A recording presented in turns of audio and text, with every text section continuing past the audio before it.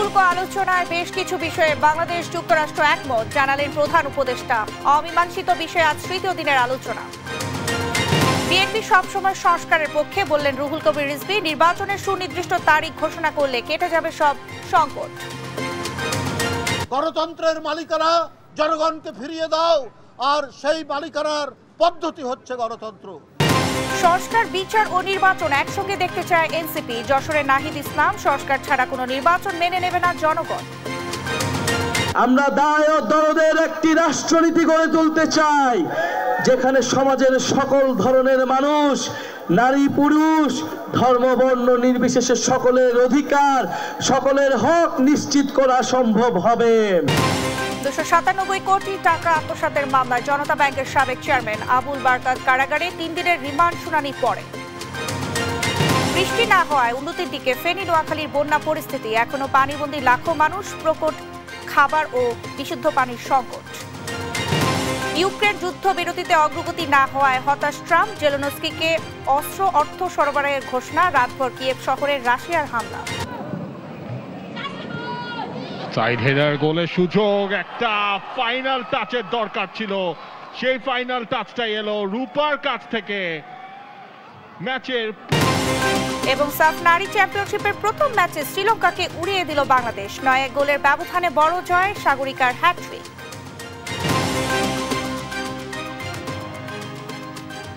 সংবাদ সন্ধ্যায় দেখছিলেন সংবাদ শিরোনাম, সঙ্গে আছি আমি শারমিন ন্যান্সি। এবারে থাকছে বিস্তারিত। চলমান শুল্ক আলোচনায় বেশ কিছু বিষয়ে বাংলাদেশ ও মার্কিন যুক্তরাষ্ট্র একমত হয়েছে বলে জানিয়েছেন অন্তর্বর্তী সরকারের প্রধান উপদেষ্টা অধ্যাপক ডক্টর মোহাম্মদ ইউনূস। শুক্রবার প্রধান উপদেষ্টার ফেসবুক অ্যাকাউন্টে দেয়া এক পোস্টে জানানো হয়, আলোচনার দ্বিতীয় দিনে দুদেশের মধ্যে বর্তমান ও ভবিষ্যৎ বাণিজ্যের গতি প্রকৃতি কেমন হবে সেসব বিষয় উপস্থাপনের পর যুক্তিতর্ক হয়েছে। কিছু বিষয়ে একমত হয়েছে দুদেশ। অমীমাংসিত বিষয়ে আজ তৃতীয় দিনের আলোচনা হবে। ইউসুফ ভুইয়ার রিপোর্ট।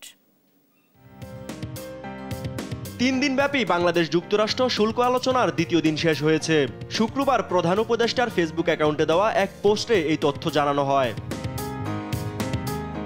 ফেসবুক পোস্টে বলা হয়, আলোচনার দ্বিতীয় দিনে দুই দেশের মধ্যে বর্তমান ও ভবিষ্যৎ বাণিজ্যের গতি প্রকৃতি কেমন হবে সেসব বিষয়ে উপস্থাপনের পর যুক্তিতর্ক হয়েছে।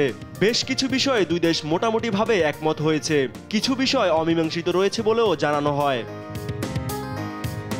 পোস্টে জানানো হয়, দ্বিতীয় দিনের আলোচনায় বাণিজ্য উপদেষ্টা শেখ বশিরউদ্দিন একান্তে US trade representative ambassador Jamieson গ্রেয়ারের সঙ্গে বৈঠক করেছেন। তার সঙ্গে শুল্ক বিষয়ক আলোচনার পাশাপাশি দুই দেশের বাণিজ্য ও স্বার্থ সংশ্লিষ্ট বিষয় নিয়ে আন্তরিক পরিবেশে আলোচনা হয়েছে। এই আলোচনায় বাংলাদেশের পক্ষে নেতৃত্ব দিচ্ছেন বাণিজ্য উপদেষ্টা শেখ বশিরউদ্দিন। ঢাকা থেকে ভার্চুয়ালি যুক্ত হন জাতীয় নিরাপত্তা উপদেষ্টা খলিলুর রহমান সহ সরকারের উচ্চপদস্থ কর্মকর্তা ও বিশেষজ্ঞরা। ইউসুফ ভুইয়া, দেশ টিভি, ঢাকা। গণতন্ত্র ফিরিয়ে দেওয়ার দাবি শুধু বিএনপির একার কোনো দাবি নয়, এটা জনগণের দাবি বলে মন্তব্য করেছেন বিএনপির সিনিয়র যুগ্ম মহাসচিব রুহুল কবির রিজভী। বলেন, সংস্কারের বিপক্ষে নয় বিএনপি, এদিকে একটি গোষ্ঠী নির্বাচনকে বানচাল করার ব্যর্থ চেষ্টা করছে বলে মন্তব্য করেছেন বিএনপি স্থায়ী কমিটির সদস্য গয়েশ্বর চন্দ্র রায়। নিয়াজ মোর্শেদের রিপোর্ট। 2011 সালে বিএনপির কর্মসূচিতে প্রশাসনের হামলার অভিযোগ এনে জড়িতদের বিচারের দাবিতে শুক্রবার প্রতিবাদ সভা করে জাতীয়তাবাদী নবীন দল। এতে যোগ দিয়ে বিএনপি নেতারা দাবি জানান, যেসব পুলিশ কর্মকর্তারা বিএনপির নেতাকর্মীদের দমন-পীড়ন চালিয়ে ফ্যাসিস্ট সরকারকে ক্ষমতায় রাখার চেষ্টা করেছিল তাদের বিচারের। আমরা শান্তির পক্ষে, আমরা গণতন্ত্রের পক্ষে, আমরা বহুদলীয় মতকে সম্মান জানানোর পক্ষে, আর আওয়ামী লীগ হচ্ছে ঠিক তার উল্টো।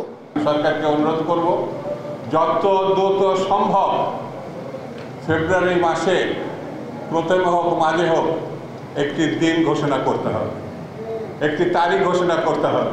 আর রাজধানীর নয়াপল্টনে দলের কেন্দ্রীয় কার্যালয়ের সামনে বিএনপি চেয়ারপারসন বেগম খালেদা জিয়ার রোগ মুক্তি কামনায় আয়োজিত দোয়া মাহফিলে উপস্থিত হয়ে বিএনপির সিনিয়র যুগ্ম মহাসচিব রুহুল কবির রিজভী সংস্কারের নামে জনগণকে বিভ্রান্ত না করে দ্রুত নির্বাচনের দাবি জানান। আমরা কোনো ব্যক্তিগত, কোনো গোষ্ঠীগত দাবি করিনি, আমরা দাবি করেছি জনগণের দর্শন, সেটা গণতান্ত্রিক দর্শন, যেখানে প্রত্যেকটি ব্যক্তি দেশের একজন মালিক হিসাবে, দেশের একজন অধিকার সম্পন্ন ব্যক্তি হিসাবে গড়ে উঠতে পারে, সেটাই হচ্ছে গণতান্ত্রিক অধিকার। বিকেলে কেন্দ্রীয় শহীদ মিনারে জাসাস আয়োজিত অভ্যুত্থান বর্ষপূর্তি অনুষ্ঠানে যোগ দিয়ে বিএনপির স্থায়ী কমিটির সদস্য গয়েশ্বর চন্দ্র রায় বলেন, ক্ষমতায় যেতে নয়, বিএনপি দ্রুত দেশের গণতান্ত্রিক উত্তরণ চায়। বাংলাদেশের জনগণের গণতন্ত্রের মুক্তির জন্য যদি ফ্যাসিবাদকে পরাজিত করে থাকেন, তাহলে জনগণকে গণতান্ত্রিক অধিকার পাওয়ার সুযোগের লড়াইতে থাকবে। আমরা সবাই মিলে এই আন্দোলন করেছি, আমরা সবাই মিলে আমরা একটি গণতান্ত্রিক রাষ্ট্র করি। বলেন, বিএনপি যেন ক্ষমতায় যেতে না পারে সেজন্য একটি গোষ্ঠী অপপ্রচার চালাচ্ছে। নিয়াজ মোরশেদ, দেশ টিভি, ঢাকা। বরেণ্য লালন সঙ্গীত শিল্পী ফরিদা পারভিনকে উন্নত চিকিৎসা করানোর জন্য অন্তর্বর্তী সরকারের প্রতি আহ্বান জানিয়েছেন বিএনপি চেয়ারপারসন বেগম খালেদা জিয়া। বৃহস্পতিবার রাতে বিএনপির যুগ্ম মহাসচিব সৈয়দ ইমরান সালেহ প্রিন্সকে আয়শা মেমোরিয়াল হাসপাতালে পাঠিয়ে গুণী এই শিল্পীর খোঁজ নেন তিনি। ফরিদা পারভিন তীব্র শ্বাসকষ্টজনিত সমস্যা নিয়ে হাসপাতালে ভর্তি হন। তার মস্তিষ্কে রক্তক্ষরণ হয়েছে, রক্তের সংক্রমণও আছে, জ্ঞানের মাত্রা কম কাজ করছে, কিডনি বিকল হয়ে গেছে, সপ্তাহে 3 দিন ডায়ালাসিস করানো হচ্ছে।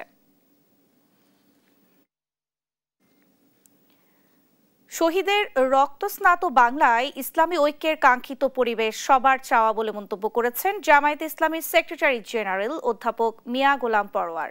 শুক্রবার বাংলাদেশ চীন মৈত্রী আন্তর্জাতিক সম্মেলন কেন্দ্রে ঢাকা মহানগর উত্তর জামায়াতের উদ্যোগে আয়োজিত বিশেষ সদস্য রুকন সম্মেলনে একথা বলেন তিনি। পরোয়ার বলেন, দেশ ইতিহাসের বিশেষ একটি সময় অতিবাহিত করছে। ত্রয়োদশ নির্বাচনে কাঙ্ক্ষিত ফলাফল অর্জন করতে হবে। শহীদের রক্তস্নাত বাংলায় ইসলামিক পতাকা উত্তোলন এবং ইসলামী ঐক্যের কাঙ্ক্ষিত পরিবেশ সবার চাওয়া। আগামী 19 জুলাই জাতীয় সমাবেশ বাস্তবায়ন করতে সবাইকে আহ্বান জানান তিনি। বিচার ও সংস্কারের মাধ্যমে নতুন বাংলাদেশ নির্মাণের আহ্বান জানিয়েছেন জাতীয় নাগরিক পার্টি এনসিপির আহ্বায়ক নাহিদ ইসলাম। শুক্রবার দুপুরে যশোরে জুলাই পদযাত্রায় পথসভায় এসব কথা বলেন তিনি। এর আগে দলের দক্ষিণাঞ্চলের মুখ্য সংগঠক হাসনাত আব্দুল্লাহ অভিযোগ করেন, নির্বাচন কমিশন আবারও একটি পাতানো নির্বাচন ও ফলাফলের দিকে হাঁটছে। অনেক দল সংস্কার আর বিচার না চেয়ে কেবল নির্বাচন চায় বলেও অভিযোগ করেন তিনি। সালাউদ্দিন সাগরের পাঠানো তথ্য ছবিতে ফারজানা আফরোজ টুম্পা রিপোর্ট। দেশ গড়তে জুলাই পদযাত্রা এই স্লোগানে শুক্রবার দুপুরে যশোরে পথসভা করে জাতীয় নাগরিক পার্টি এনসিপি। সভায় দলের আহ্বায়ক নাহিদ ইসলাম বলেন, বিচার ও সংস্কারের মাধ্যমে নতুন বাংলাদেশ নির্মাণ করতে হবে। শীঘ্রই দুর্নীতি ও চাঁদাবাজদের বিরুদ্ধে আন্দোলন গড়ে তোলা হবে বলে মন্তব্য করেন তিনি। সামনে একটি বড় আন্দোলন তৈরি হতে যাচ্ছে দুর্নীতির বিরুদ্ধে এবং চাঁদাবাজের বিরুদ্ধে। দুর্নীতি যারাই করবে, যদি এনসিপির লোকেরা করে, তার বিরুদ্ধে সাধারণ মানুষজন রাস্তায় নামবে।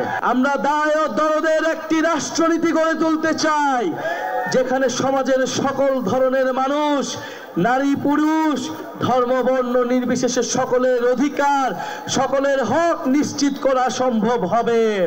এর আগে জুলাই আন্দোলনে আহত ও শহীদ পরিবারের সদস্যদের সঙ্গে মতবিনিময় করেন এনসিপির কেন্দ্রীয় নেতারা। এ সময় নির্বাচন কমিশনের সমালোচনা করে হাসনাত আব্দুল্লাহ বলেন, আবারও একটি পাতানো নির্বাচন ও ফলাফলের দিকে হাঁটছে নির্বাচন কমিশন। আপনারা যদি দেখবেন, এখন নির্বাচন কমিশন আমরা দেখলাম তারা তো সিদ্ধান্ত নিয়ে এটা আগে জানাইছে, জানানোর পরে তারা হচ্ছে মিটিং করছে। তারা যদি তারা দেখা যাবে নির্বাচনের আগে ফলাফল আগে নির্ধারণ করে নির্বাচন করবে, তারপর হচ্ছে মানুষকে এই যে আবার একটা সাজানো একটা পরিকল্পিত ছক আমরা দেখতে পাচ্ছি, আবার একটা ফ্যাসিজমকে আবার হচ্ছে রিহ্যাবিলিটেট করা, পুনর্বাসন করার এই যে ছকগুলা স্ট্র্যাটেজিগুলা মিলতেছে। তিনি অভিযোগ করেন, পরিকল্পিতভাবে নির্বাচন পিছিয়ে দেওয়া হচ্ছে। অনেক দল সংস্কার আর বিচার না চেয়ে কেবল নির্বাচন চায়। আমাদেরকে পরিকল্পিতভাবে নির্বাচন থেকে আলাদা করা হইতেছে। আমরা কিন্তু নির্বাচন বিরোধী না, আমাদের সবগুলোই লাগবে। আমি সংস্কার চাই, আমি বিচার চাই, আমি জুলাই ঘোষণাপত্র চাই, আমি নির্বাচন চাই।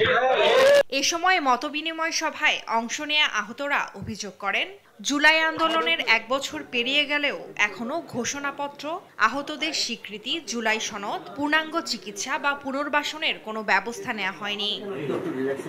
সভায় জাতীয় নাগরিক পার্টি এনসিপির মুখ্য সমন্বয়ক নাসির উদ্দিন পাটোয়ারি ও কেন্দ্রীয় নেতা নুসরাত তাবাসসুম সহ নেতাকর্মীরা উপস্থিত ছিলেন। ফারজানা আফরোজ টুম্পা, নিউজ ডেস্ক, দেশ টিভি।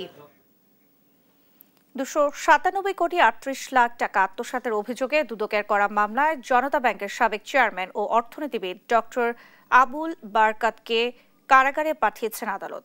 শুক্রবার বিকেলে শুনানি শেষে ঢাকা মেট্রোপলিটন ম্যাজিস্ট্রেট মোহাম্মদ জুয়েল রানার আদালত এই নির্দেশ দেন। পুলিশের করা 3 দিনের রিমান্ড আবেদনের শুনানি সংশ্লিষ্ট আদালতে পরবর্তী দিনে অনুষ্ঠিত হবে। তারেক মাহমুদ সুজনের রিপোর্ট। অর্থ আত্মসাতের অভিযোগে দুদকের করা মামলায় শুক্রবার বিকেলে সিএমএম আদালতে তোলা হয় জনতা ব্যাংকের সাবেক চেয়ারম্যান ও অর্থনীতিবিদ ডক্টর আবুল বারাকাতকে। তাকে জিজ্ঞাসাবাদের জন্য 3 দিনের রিমান্ড আবেদন করেন মামলার তদন্তকারী কর্মকর্তা, কিন্তু রিমান্ড শুনানি এই আদালতের ইখতিয়ার না থাকায় তাকে কারাগারে পাঠানো হয়। পরবর্তীতে সিনিয়র আদালতে রিমান্ড শুনানি হবে।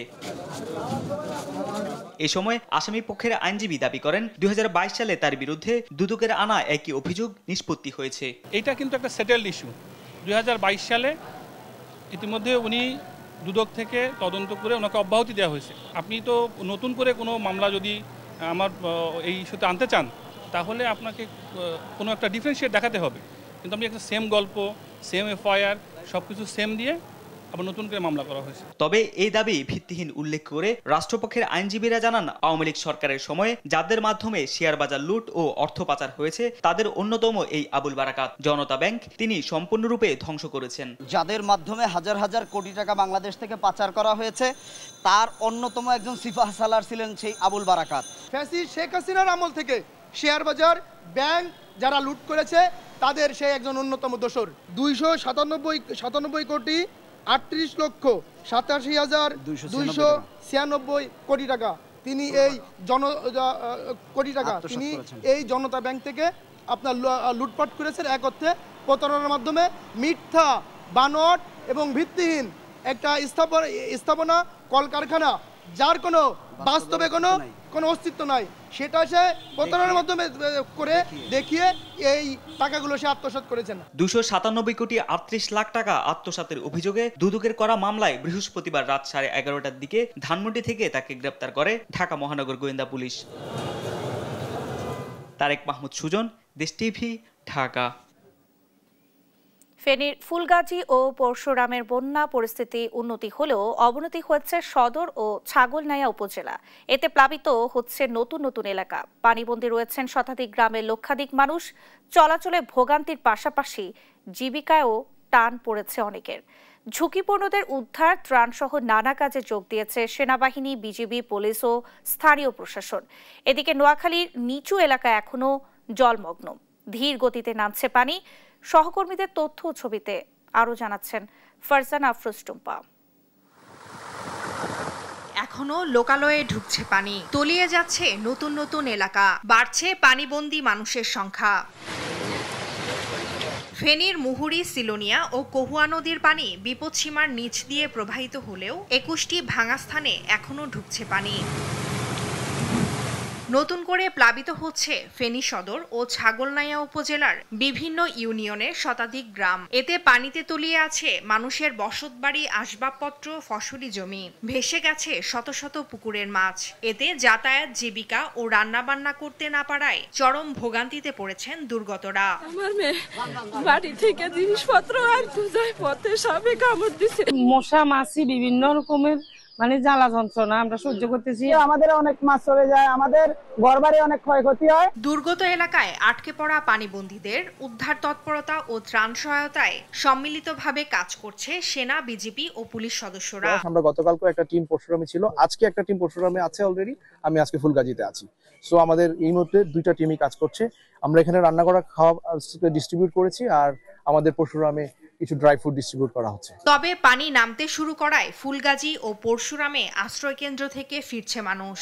4 দিন ধরে তো আমরা পানি বন্দি, যাদের পানি হালকা একটু কমছে বাড়ি থেকে, যাদের একটু উপরে আছে বাড়ি তাদের তো কমছে, তারা চলে যাচ্ছে। আর যাদের এখনো কমে নেই তারা এখন আশ্রয় কেন্দ্রে এখনো বন্দী হয়ে আছে। আতঙ্ক আর অনিশ্চয়তায় দিন পার করা স্থানীয়রা টেকসই বেড়িবাঁধ নির্মাণ করে স্থায়ী সমাধানের দাবি তুলছেন। পূর্বেকার বাঁধগুলা আমাদের সঠিকভাবে মেরামত না হওয়ার কারণে এই ছোটখাটো নদীগুলো আমাদের আবার পুনরায় ভেঙে লোকালয় প্লাবিত হয়ে মানুষের বাড়িঘরে পানি উঠেছে। গতবারও আমাদের অনেক ক্ষয়ক্ষতি হয়ে গেছে। সরকার নতুন করে কোনো পরিকল্পনা গ্রহণ করে নাই এবং অতীতে যে ভাগনাগুলো ভাঙছে এগুলো পরিত্যক্তভাবে রয়ে গেছে। এই জন্য যে উপরের উদ্যানের পানিটা নামলে খুব দ্রুত আমাদের এখানে পানি চলে আসে। পানি নেমে যাওয়ার সাথে সাথে বাঁধ মেরামতের কাজ শুরুর কথা জানিয়েছে পানি উন্নয়ন বোর্ড। আমরা এটা সব সার্বক্ষণিক অবজারভেশন করতেছি এবং পানি নেমে যাওয়ার সাথে সাথে আমরা খুব দ্রুত এই বাঁধ মেরামতের চেষ্টা করব। গত 7 জুলাই থেকে টানা বর্ষণ ও উজান থেকে নেমে আসা পাহাড়ি ঢলে মুহুরী, কহুয়া ও সিলোনিয়া নদীর বন্যা নিয়ন্ত্রণ বাঁধের 21টি স্থান ভেঙে শতাধিক গ্রাম প্লাবিত হয়। ফারজানা আফরোজ টুম্পা, নিউজ ডেস্ক, দেশ টিভি। দেশের দক্ষিণ পূর্বাঞ্চলের জেলা ফেনীর বাসিন্দাদের গলার কাটা হয়ে দাঁড়িয়েছে ভারত থেকে আসা পাহাড়ি ঢল ও মৌসুমী বৃষ্টিপাত। বর্ষা মৌসুমে সামান্য বৃষ্টিতেই বাঁধ ভেঙে প্লাবিত হয় ফুলগাজী, পরশুরাম ও ছাগলনাইয়া সহ আশপাশের বিস্তৃত নিম্নাঞ্চল।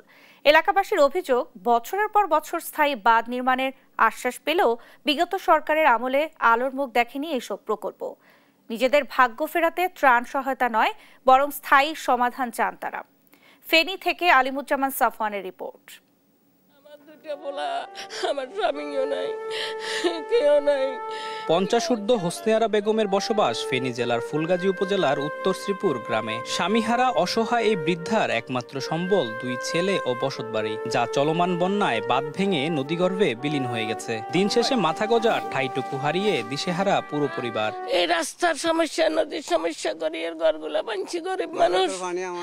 ফসল হইতাম তো বালা জায়গা লই করতাম। মুহুরী নদীর বাঁধ ভেঙে বিচ্ছিন্ন হয়ে গেছে দুপারের যোগাযোগ। যতদূর চোখ যায় উজান থেকে নেমে আসা পানিতে তলিয়ে গেছে আশপাশের বসতভিটা, ফসলি জমি ও মাছের ঘের। মুহূর্তেই সব হারিয়ে নিঃস্ব বাসিন্দারা। এলাকাবাসীর অভিযোগ, বছরের পর বছর টেকসই স্থায়ী বাঁধ নির্মাণের আশ্বাস মিললেও বাস্তবায়ন হয়নি এসব প্রকল্প। একবার যেটা বাজেট হয় এটা 10 টাকা দিয়ে রাস্তা হয়ে যায়, হেচ্ছা বাজেট হয়, তবে ওদের কিন্তু কাজ তো করে না। এখানে মুহুরী নদী কয়েক দফা ভাঙছে, এই যে দেখছেন এই কর্নার হইতে এই কর্নারে জানতাম অনেকবার ভাঙে গিয়েছে, কোনো সংস্কার এরকম হয় নাই। চতুর্থ দিনে বন্যা পরিস্থিতির কিছুটা উন্নতি হলেও এখনো পানিবন্দী জেলার লক্ষাধিক মানুষ। বন্যার পানিতে নিজেদের অসহায়ত্বের কথা জানান ভুক্তভোগীরা। উপাস কাপাস থাকি রয়েছি আর কি করব, কেউ দয়া লাগলে সারিকা দিলে খাইয়ে, নইলে তো এমনি রয়েছি পড়ে। সকাল থেকে নতুন করে বৃষ্টিপাত না হওয়ায় উন্নতির দিকে যাচ্ছে ফেনীর বন্যা পরিস্থিতি। তবে এখনো পানির নিচে ঘরবন্দি অবস্থায় আছে লক্ষাধিক মানুষ। আর কোনো আশ্বাস নয়, বরং স্থায়ী সমাধান চান ফেনীর বাসিন্দারা। ফেনীর ছাগলনাইয়া থেকে আলিমুজ্জামান সাফওয়ান, দেশ টিভি। দর্শক, বন্যা পরিস্থিতির খবর জানাতে ফেনী থেকে সরাসরি যোগ দিচ্ছেন সহকর্মী আলিমুজ্জামান সাফওয়ান এবং নোয়াখালী থেকে মাওলা সুজন। শুরুতেই চলে যাচ্ছি সাফওয়ানের কাছে। সাফওয়ান, বন্যার এখন পরিস্থিতি কেমন দেখছেন? দুর্গতরা খাদ্য সহায়তা পাচ্ছে কিনা জানাবেন।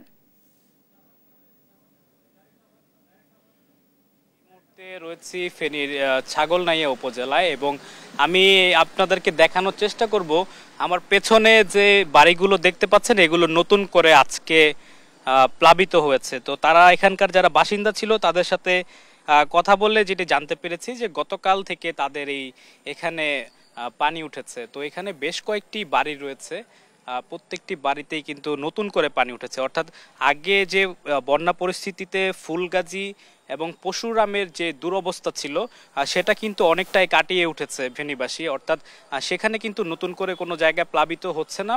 পাশাপাশি যেখানে পানি জমেছিল সেগুলো কিন্তু এখন নিম্নাঞ্চলের দিকে প্রবাহিত হচ্ছে।